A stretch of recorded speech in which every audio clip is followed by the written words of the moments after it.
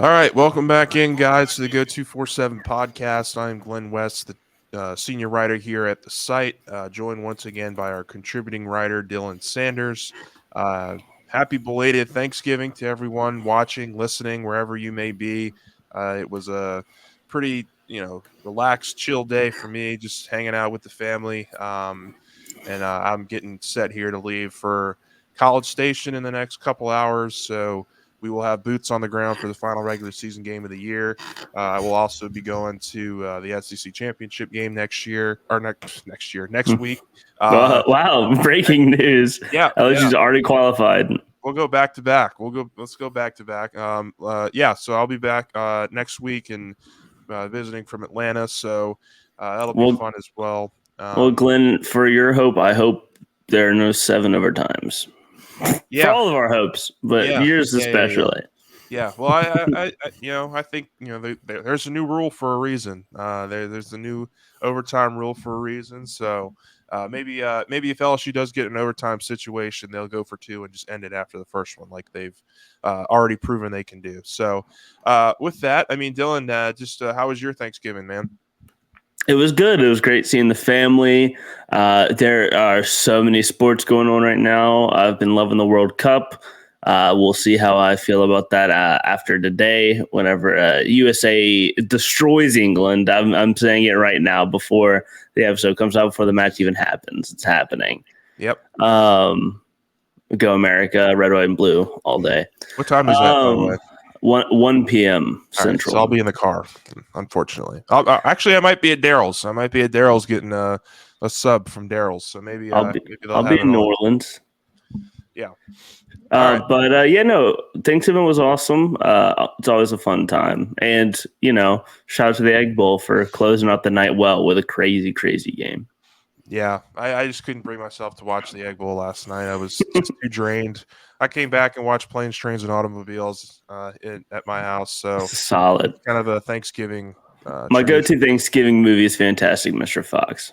Yeah, well, Planes, Trains, and Automobiles. If you haven't seen it, I'm sure probably most people that are listening to this might have seen it, but it's a classic. The airport scene is just probably one of my favorite scenes of any movie ever. With that, we can transition to some Texas A&M football talk.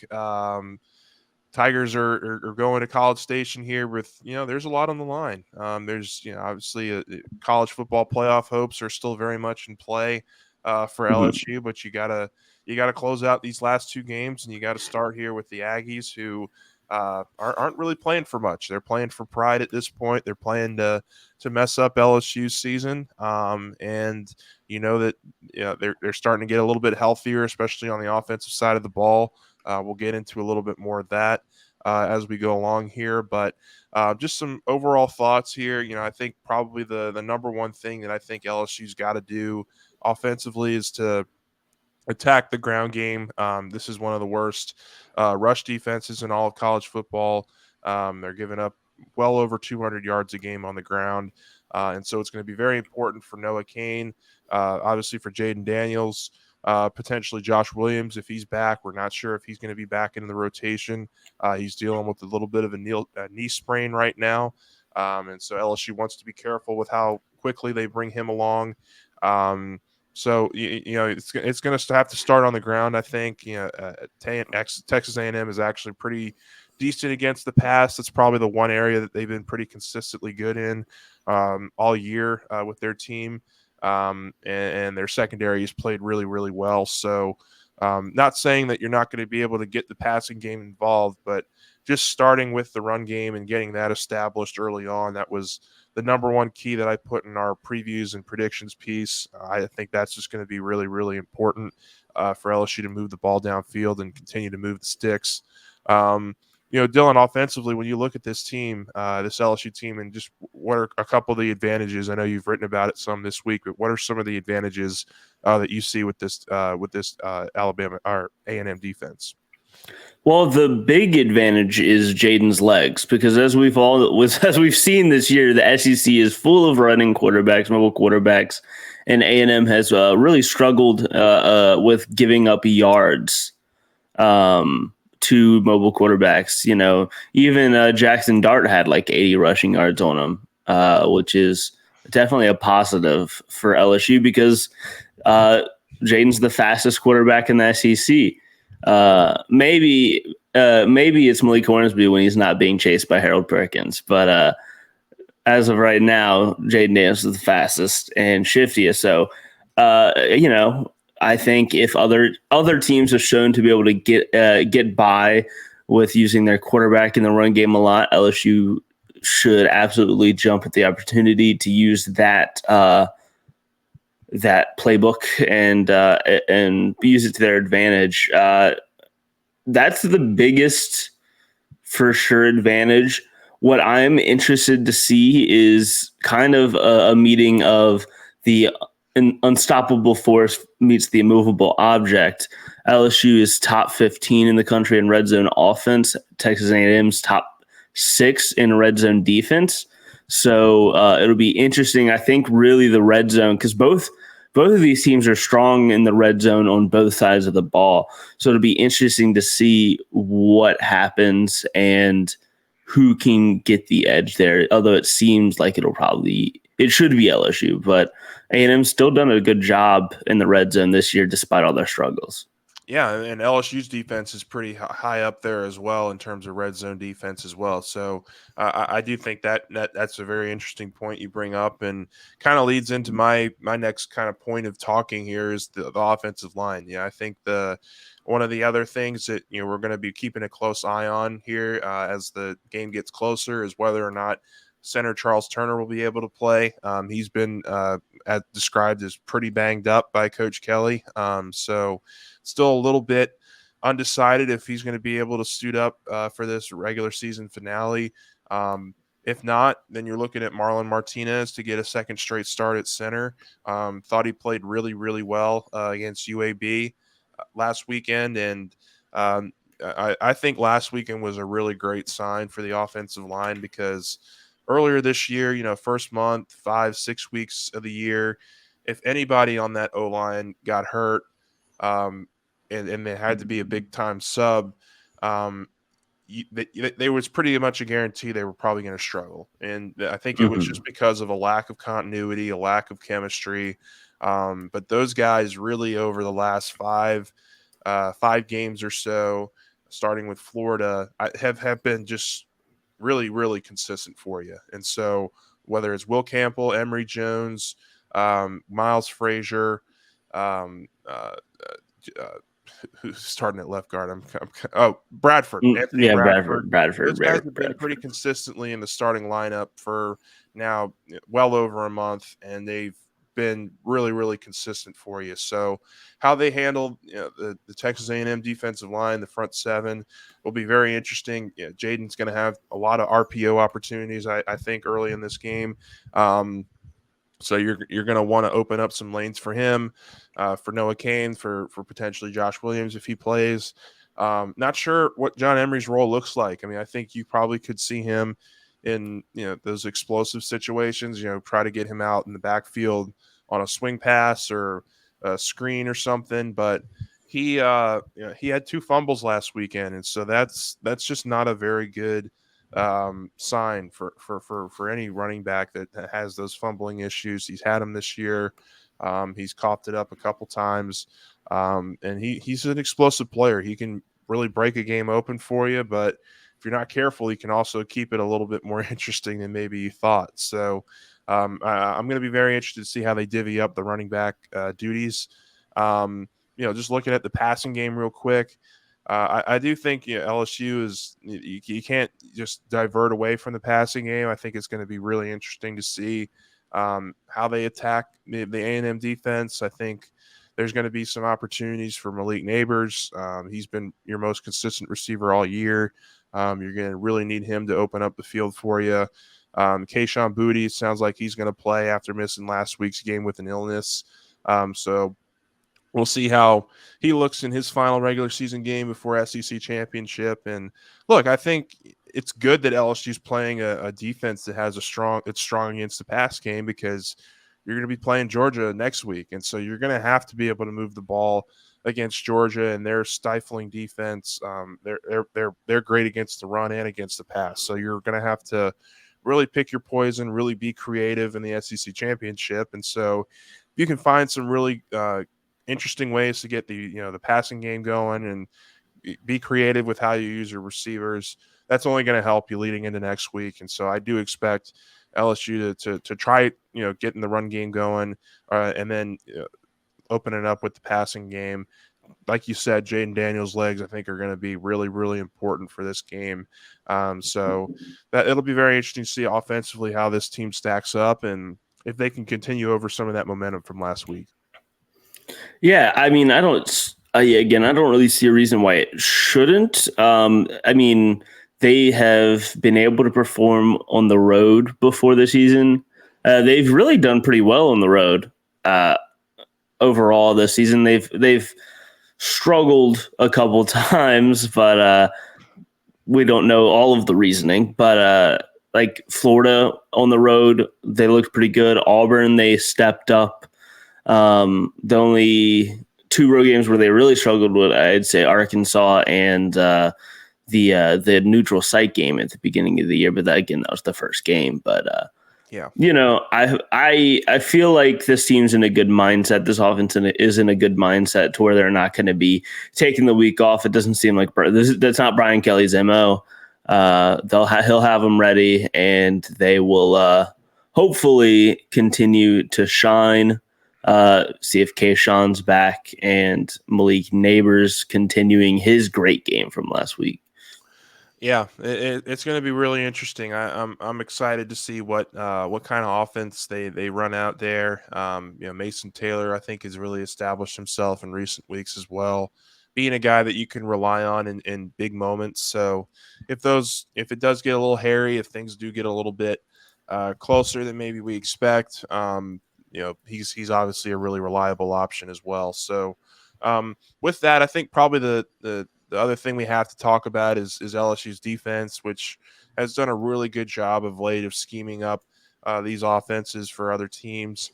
Matt House has done a great job. He's a semifinalist for the Burroughs Award. I would expect him to be a finalist on that list. I mean, he's been really, really good for LSU in terms of scheming up defenses, scheming up how to get Harold Perkins and Ojulari on the field at the same time the last several weeks. That was one of the big question marks for LSU in the middle of the season, was how they could get those two guys on the field and both have some success. And you're starting to see it over the last couple of games.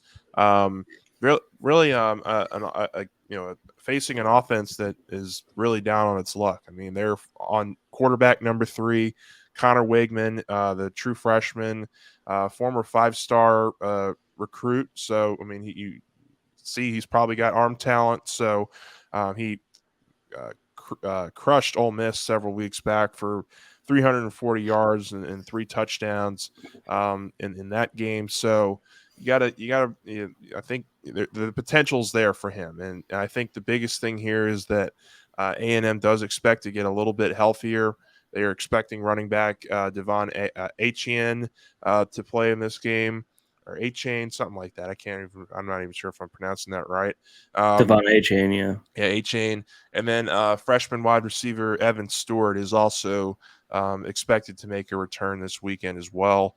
A really explosive player, a guy that LSU recruited for a time last year, and he ultimately ended up choosing A&M, but I'm sure everybody on our board knows who Evan Stewart is. So that it's going to be a little bit more of a deeper team this weekend. I think they're, like we said, not playing for much. They're just playing to really just mess up LSU's season. And one of the quotes that I took away from Coach Kelly this week is, "This is a talented team. This is a young team, but it's also got some talent on it, and you don't want to be the team that's around them when they start to put it together." And so LSU has to make sure that this is a game where they don't let A&M start building some confidence and stringing together some drives and keeping this a lot closer than it has to be. Defensively, Dylan, where do you see I guess some of the advantages for LSU this weekend? Well, one thing that they do need to keep note of, it's not going to be to the level of, some players that they've played this year, but uh, as we were talking about earlier, Connor Wegman can run a little bit. So he has the ability. He was a whatever the equivalent to a 5-star baseball prospect was as well. He's an athlete, so they do have to keep that in mind because he will break one if need be. It's just not the first thing that he goes to. So keep an eye out there. I think that A&M getting Devon A. Chain and Evan Stewart definitely makes this game harder because they are both their two best skill position players. And so whenever you have someone with Devon A. Chain speed, that is definitely terrifying. But they seem to have done well against those guys this year in the run game. LSU, every week we go in warning about, an elite level running back, and then they run 16 times for 48 yards, and it wasn't really that much of an impact. So, LSU will obviously look to continue that performance, and it could be another big game for Harold Perkins, true freshmen versus true freshmen. Let's see what team has the better group, and yeah, so I'll be looking for that. And the secondary has been starting slow, I would say, but they've kind of smoothed along as the games went on. They looked really suspect at the beginning of the UAB game, but they quickly fixed that. So I would see how the secondary starts the game is something I'm going to be really looking forward to. Yeah, I mean, you mentioned Perkins. I think probably the biggest thing is you got to keep him as your spy on the opposing quarterback on Wegman. I think that's going to be a big key to this game. I think it could be another big game for Harold, who look. I mean, he's coming back to a school he was committed to, albeit for 3 weeks, but he's there's probably some things he wants to prove there and show why he came to LSU and why he's having so much success here. So it could be a big game for him. I'm going to be looking at a guy like Greg Penn, who has really, really stood out these last couple weeks. I thought he's playing his best football of his career Oh, for sure. in the last 2 games against UAB and Arkansas. Had a fantastic game against Arkansas. Yeah, It got lost in the weeds of yeah, Harold Perkins' game, yeah. but Greg Penn played fantastically And and that's saved a couple of touchdowns on his own. and that's what you need from your front seven. I mean, we were talking with Ojolari this week and with Ali Gay, and both of them said that you have to have a full complement of ability and execution from everybody for people to have success in these games. And so, for a guy like Greg Penn to consistently make the tackles, to wrap up, to get into the backfield a couple times, that only opens up things more for guys like Ojolari and for Harold Perkins, because you can't double team them. You can't throw an extra guy, an extra chipper or something at those guys off the edge when you got Greg Penn coming up the middle, when you've got um, Jaquelin Roy and Makai Wingo in the middle there, who are clogging up the lanes in the middle. So like there's just you've got to have a full complement of execution there in the front seven, and I think those guys have been just really, really consistent in the last 2 games. I think the one advantage probably LSU has is their front seven is uh, leaps and bounds better, I guess you could say, than the A&M O line. I think the O line has struggled for A&M this year, keeping their quarterbacks upright and consistently opening up running lanes. I think that's an area where LSU can have some success this weekend.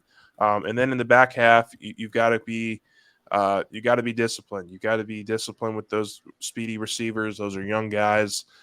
You've got to make it hard on Wegman early in this game. And I think the best way you can do that is to apply pressure and also hold up in the secondary like they've been able to do for most of this latter half of games. You're right; they have struggled in the first quarter and a half of games against Arkansas and also against UAB recently. So, but this is a group that's veteran. They've played with each other for over a whole year, or now a whole year, whole regular season. And I think they've had some struggles on the road. I think that was probably the biggest sign of concern for me, were some of the communication errors they had on the road earlier this year against teams like Auburn, even against Florida. Florida lit them up a little bit there through the air. So that's a little bit of a sign of concern. I don't know how packed the 12th man's going to be this weekend. If you watched the UMass game last week, it was something. there were probably more people at LSU's game at the end of Thunderstorm versus UAB than there were at the UMass A&M game last weekend. So a couple of those like extraneous things that I mentioned when I wrote about it earlier is that it is senior night, so some people will be wanting to play harder. And something that we have to start thinking about in the transfer portal era is that some people could see this as a last audition tape and want to play their heart out and earn a spot on a different team or something. And that goes for both sides. I'm not trying to just say right. There would be people moving on from both sides that want another chance to, get their name out there, perform at a high level in their last game. And this is A&M's bowl game.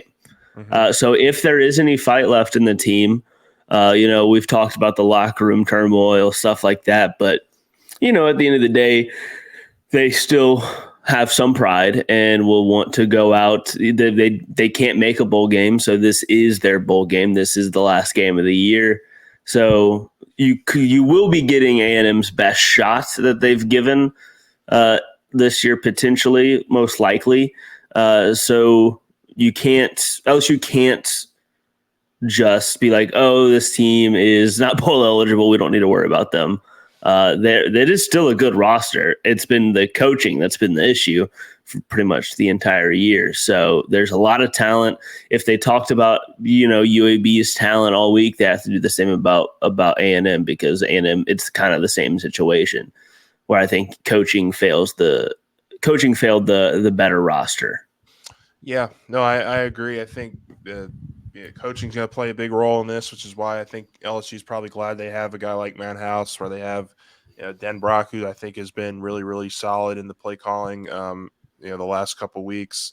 It's going to be it's just a good last test, I think, for LSU before they enter this gauntlet of a game against Georgia, which I'm sure we'll get to a lot next week. We'll have a lot of stuff up on that game as LSU gets ready for that one. But before we get out of here, just wanted to lastly mention about special teams. Look, I mean, I just a quick note on that. I think the one thing that you just want to see is just a clean game. If they can get one clean game from special teams this year, I would be a happy camper. Just make all your catches, make all your field goals, your extra points. Don't allow any 60, 70-yard returns on kickoffs that set up A&M for easy scoring drives. I mean, it's pretty basic stuff, but we've come to expect this with LSU, and if they can just get one clean game in before Georgia, I think that builds a lot of confidence for this group heading into that game. But with that, we'll get into some predictions. I guess I'll start, but I have this as a 35-20 LSU win. I think offensively, they're going to be able to control the ground. I think Jaden Daniels' legs are going to be huge. I wouldn't be surprised if he goes for well over 100 yards and a couple scores on the ground.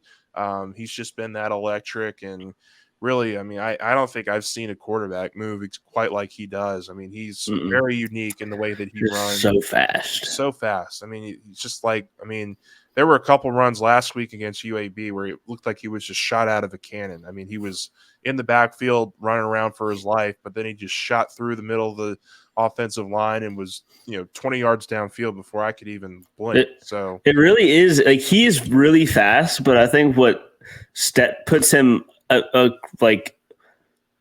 sets him apart is his 0 to 100 speed is just insane. It's crazy. It's almost instant. is what it seems like.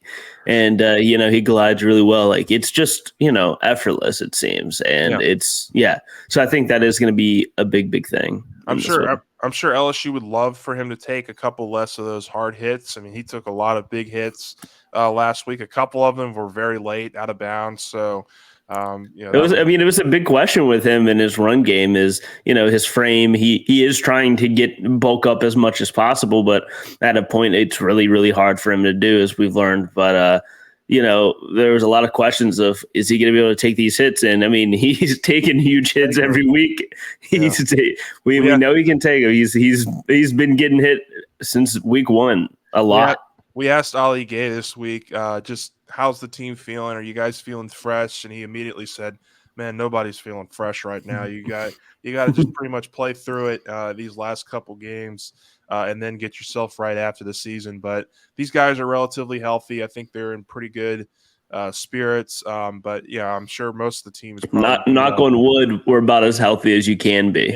Yeah. If you can get Josh Williams back this weekend, if you can get Charles Turner back in the next game or two, then you're really sitting pretty there. So Williams was from what I remember Coach saying, they wanted him to sit last week so he could play this week.